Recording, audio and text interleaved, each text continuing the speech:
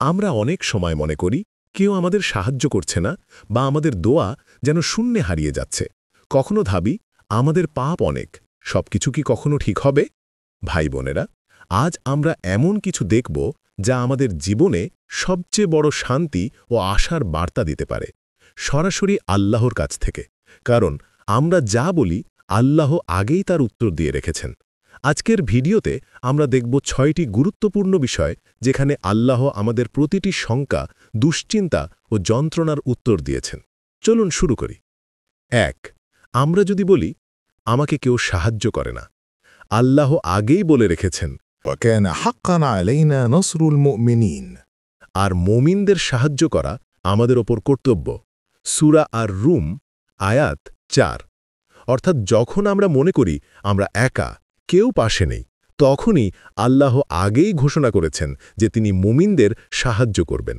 সাহায্যটা কখন ও কিভাবে আসবে সেটা আল্লাহ জানেন। আমাদের কাজ শুধু বিশ্বাস ও ধৈর্য রাখা। 2. আমরা যদি বলি আমার পাপ অনেক, আল্লাহ আগেই বলে রেখেছেন إن الله يحب التوابين ويحب المتطهرين। নিশ্চয়ই আল্লাহ তাওবাকারী ও পবিত্রতা অবলম্বনকারীদের ভালোবাসেন। সূরা আল বাকারা আয়াত 222। অর্থাৎ যত বড়ই পাপ হোক, আল্লাহ তাওবা করা মানুষকে ভালোবাসেন। আমরা যদি অনুতপ্ত হই ও সত্যিকারভাবে ফিরে যাই, আল্লাহ আমাদের ক্ষমা করবেন। 3.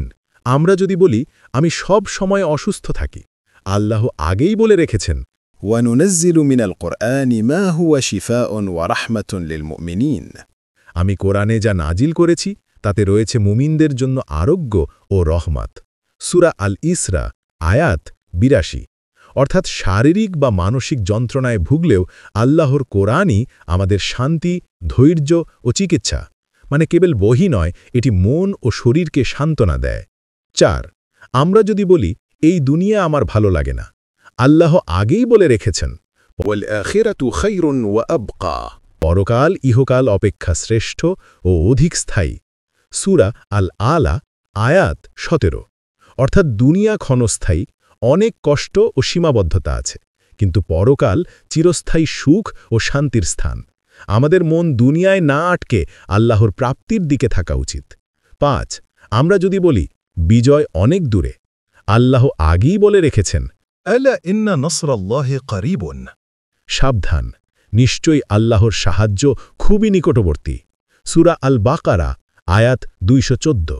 অর্থাৎ যখন আমরা মনে করি বিজয় দূরে, আল্লাহর সাহায্য আমাদের কাছে। আল্লাহ যে কোনো সময় আমাদের প্রতি সাহায্যের হাত বাড়াতে পারেন। 6.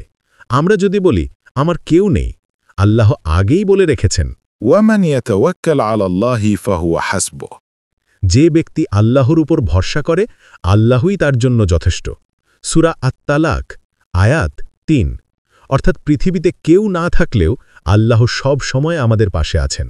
ভরসা রাখলে আমরা একা হই না। শেষ কথা, মনে রাখবেন সব কিছুর চাবিকাঠি একটাই, আল্লাহর উপর ভরসা। তিনি কখনো ব্যর্থ হতে দেন না।